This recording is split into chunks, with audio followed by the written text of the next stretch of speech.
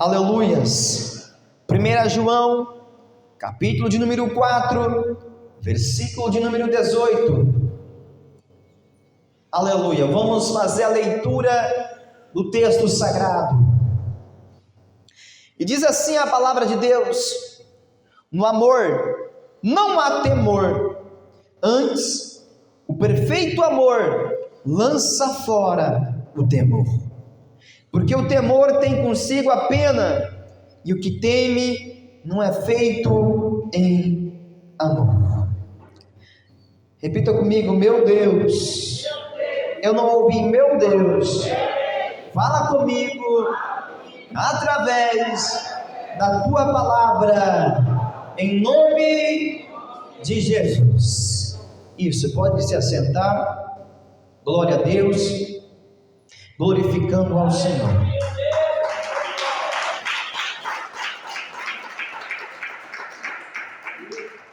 Meus irmãos, o texto sagrado fala sobre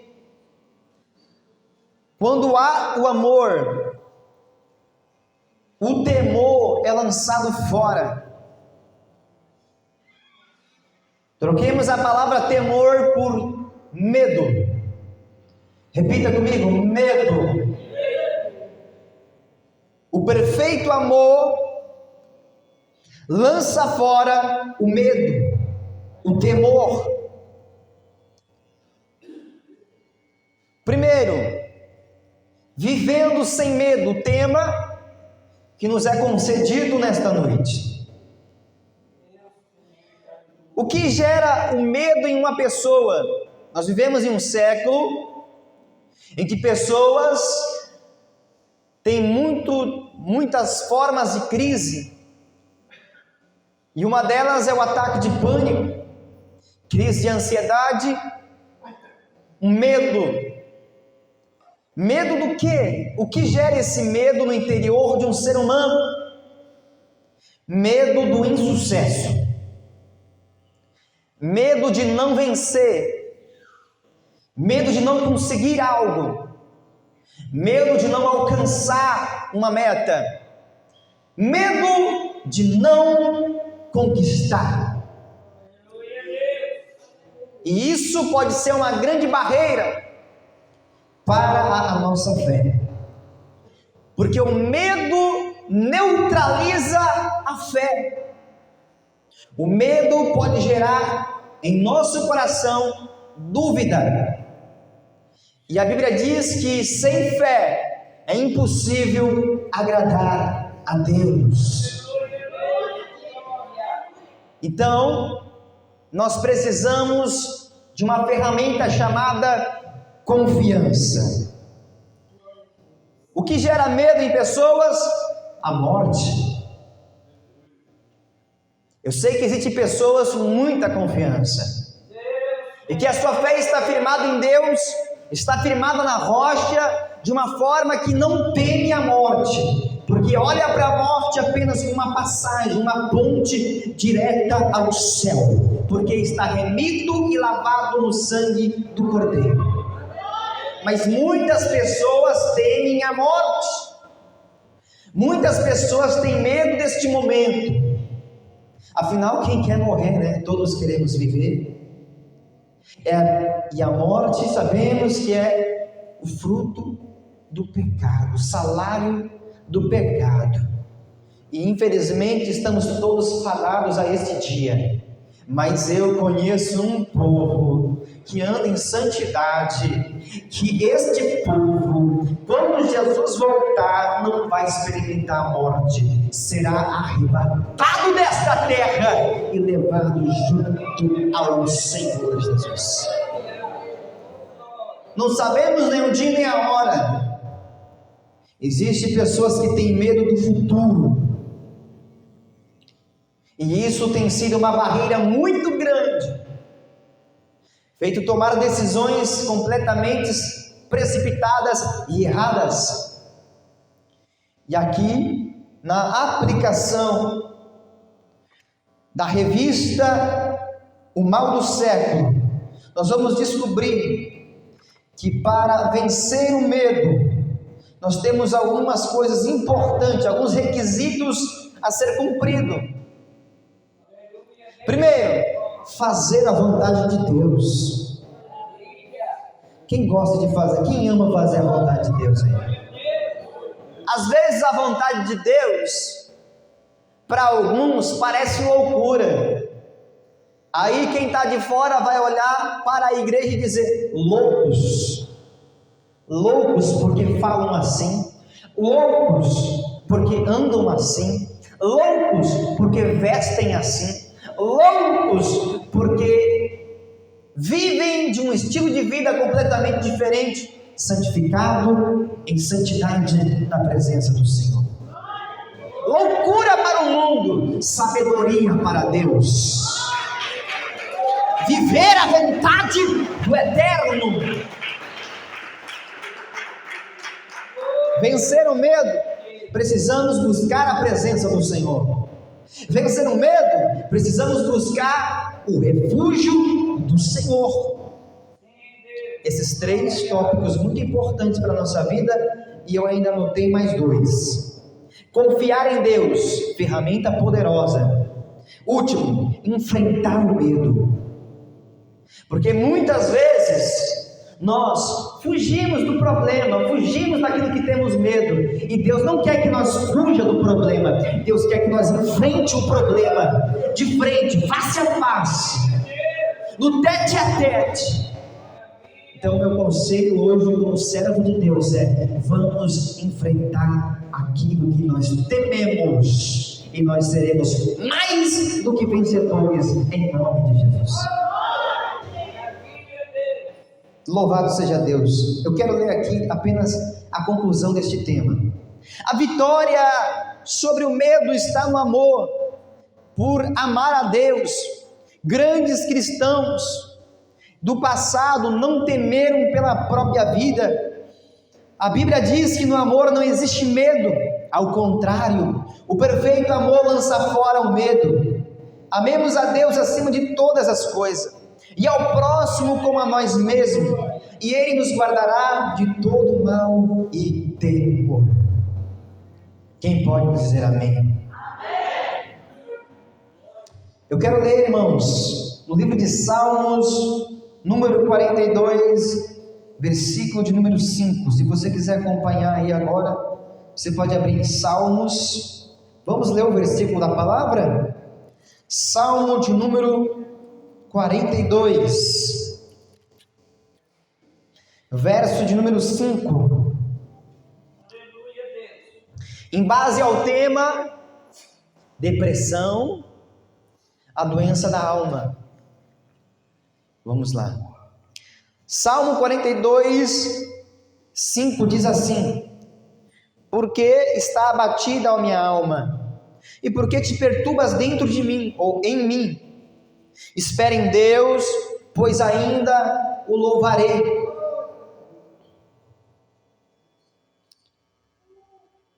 Na salvação da sua presença. Pode se assentar. Irmãos, em base a este texto, nós vamos analisar que o salmista estava com o espírito contrito, coração quebrantado, sua alma derramada na presença de Deus, quem sabe em lágrimas, e que pega uma pena, uma tinta e começa a escrever. Porque está abatida a minha alma? Porque te perturbas em mim?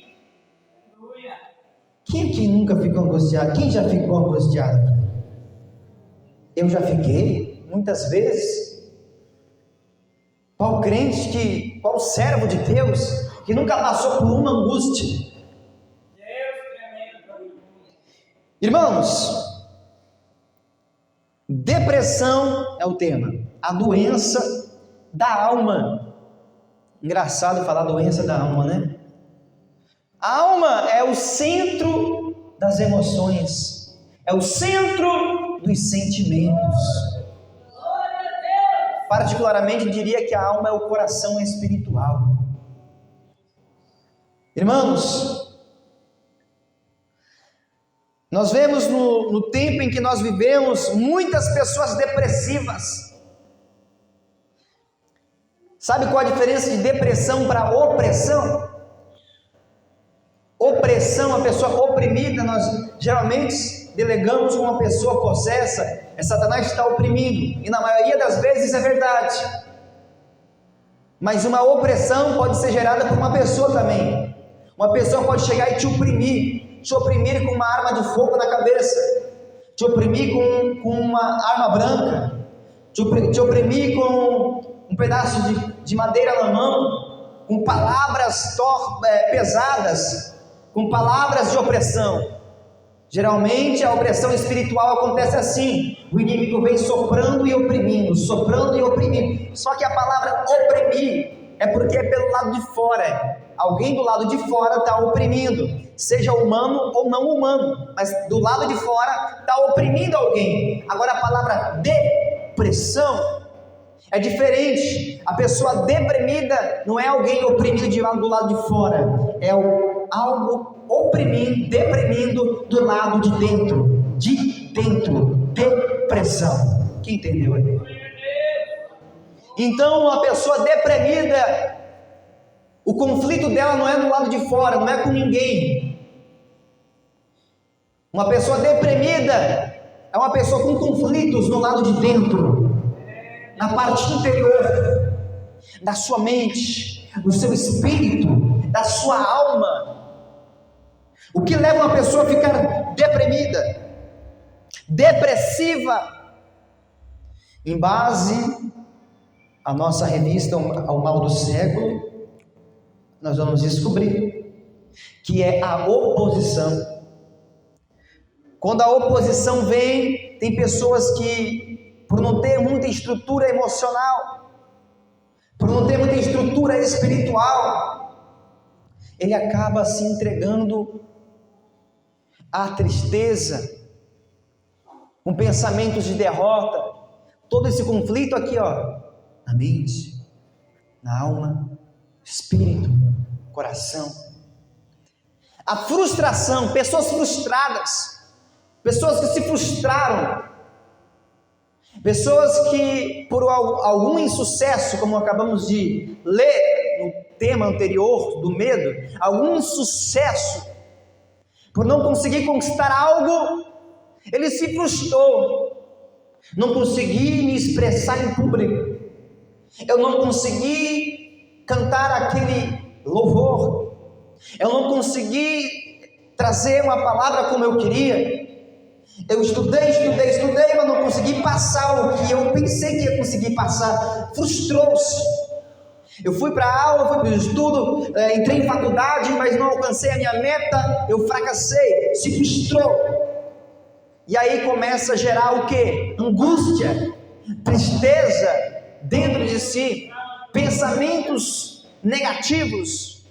E claro que o inimigo vai se aproveitar e vai soprar um monte de coisa na cabeça de uma pessoa dessa forma. E pensamentos carregados de uma energia negativa vai gerando a depressão. O que gera mais depressão? Um medo. O que nós acabamos de estudar dentro da palavra de Deus.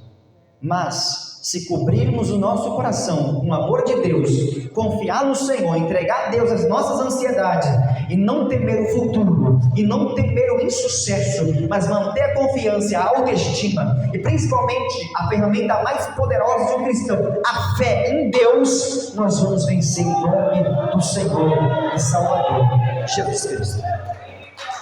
Aleluia! E por último, o último tópico aqui está escrito angústia. Angústia, eu já falei isso, começa um pouquinho, daqui a pouco uma angústia maior, e se deixar isso fluir, a angústia vai remontando, angústia sobre angústia, gerando mais angústia, até que vira uma depressão, uma pessoa completamente depressiva. Quais são as características, as reações de uma pessoa que começa a ficar depressiva? Nós podíamos usar alguns exemplos bíblicos aqui, mas eu simplesmente vou citar que uma pessoa depressiva, ela começa a fugir da responsabilidade, começa a fugir da vontade de Deus. Pode ser alguns sintomas iniciais. A pessoa começa a fugir das responsabilidades, fugir do seu chamado, fugir daquilo que Deus colocou nas suas mãos, porque tem alguma frustração aí dentro. Alguém causou, talvez por alguma palavra, ou talvez por pensamento da própria pessoa, por pensar algo que ela pensa que é daquele jeito, mas não aconteceu daquela forma. Então nós temos que colocar os pés na rocha. Nós temos que olhar para Jesus e dizer: estou falando para Jesus. Gostou ou não gostou? Paulo disse assim: pregamos o evangelho não é para agradar ninguém, não, é para agradar a Deus. Se nós estamos fazendo o que Deus quer, não é para o homem, é para Deus. Pregamos a sã doutrina, não é para massagear ego, pregamos para agradar a Deus, porque a verdade é ela que liberta, e conhecereis a verdade vos libertará, diz a Bíblia Sagrada.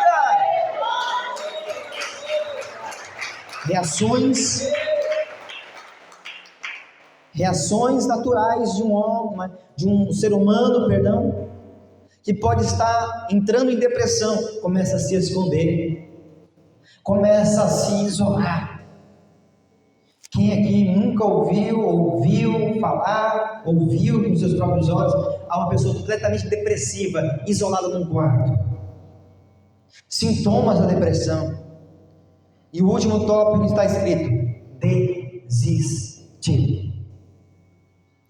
Sintoma de depressão, ou melhor, atitude de pessoa que pode estar entrando em depressão ou está deprimida, que está com um conflito interior e não consegue estabilizar os seus pensamentos, não consegue estabilizar a sua fé em Cristo Jesus. Desistência. Mas quando eu falo de desistência, é de desistir realmente da vontade de Deus, de desistir realmente do seu chamado, de desistir realmente daquilo que Deus tem para a sua vida. Uma coisa é chegar o tempo de Deus e Deus mudar, né? Uma coisa é chegar o tempo de Deus e Deus colocar aonde Ele quer e tirar e colocar quem Ele quer. Existe o tempo de Deus, mas existe também a desistência, e é algo que Deus não quer para os seus filhos. Quem pode dar glória ao Senhor Jesus? Quem pode dar glória ao nome de Jesus? Enfrentando a depressão, nós precisamos confiar firmemente no Senhor. Nós precisamos orar e jejuar. Nós precisamos entregar a vida e o futuro para Deus. Enfrentando a depressão, nós vamos encontrar restauração física.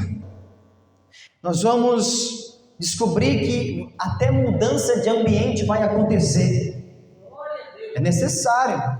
Se a pessoa está ali entrando em depressão ou está deprimida e começa a isolar, começa a entrar em um ambiente isolado, completamente afastado das pessoas, a depressão só tende a piorar. Mas quando ele começa a estar em ambiente com pessoas dialogando, começa a ter comunhão, confraternizar, distrair a sua mente, porque tem um ditado aí no mundo afora, tem um ditado popular que diz que mente vazia é a oficina do inimigo, não é? Então, é um ditado até verdadeiro. Então nós precisamos estar com a mente ocupada nas coisas de Deus e confraternizando com o ser humano. Quem pode dar glória ao nome de Jesus? Nós vamos encontrar bem-estar espiritual, uma vida espiritual saudável.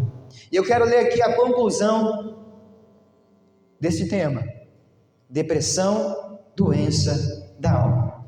Conclusão: Elias era um homem semelhante a nós, sujeito aos mesmos sentimentos. Tiago 5,17. Inclusive a depressão. Então ele também estava sujeito a isso. E Deus, o Deus de Elias, também é o nosso Deus. Assim como deu vitória ao profeta, nos concederá também.